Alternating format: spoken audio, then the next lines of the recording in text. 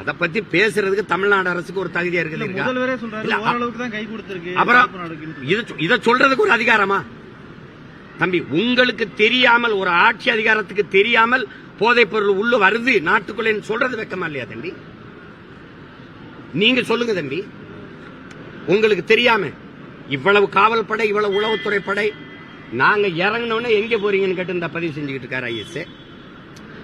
இப்ப வர்றாருல, எங்க போறேன் எங்க வாரேன் எல்லாம் தெரியுது. 100 சோதனை இருக்குது. அப்ப எப்படி உங்களுக்கு தெரியாம போதைப் பொருள் பள்ளிக்கூட வாசல், கல்லூரி வாசல், வழிபாட்டு தலங்கள் விக்குதுன்னு தெரியுது? காவல்துறை ஆதரவு இல்லாமல் விற்க முடியுமா சொல்லுங்க? ஒருத்தன் ரவுடி தம்பி, அரசியல்வாதிகள், காவல்துறை அதிகாரிகள் ஆதரவு இல்லாம ஒருத்தர் ரவுடி ஆயிட முடியுமா? இவர் ஆயிட முடியுமா? நீங்க இதெல்லாம் அவர் சொல்றாரு.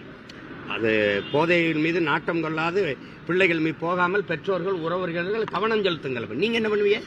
நாங்க விற்போம், குடிக்காம நீங்க பாத்துக்கிறீங்க. தெருவுக்கு தெருவு சாராய கடையை திறந்து விட்டுட்டு சாராய விற்பனை குறையக்கூடாதுன்னு பாத்துக்கிட்டு இருக்கேன். நீங்க போதைப் பொருளை தடுக்கிற நீங்க சொல்றது இதெல்லாம் வேடிக்கையா இருக்குது. திமுக தேர்தல் அறிக்கை தயாரிக்க ஒரு குழு தயாரிச்சு வச்சிருக்காங்க.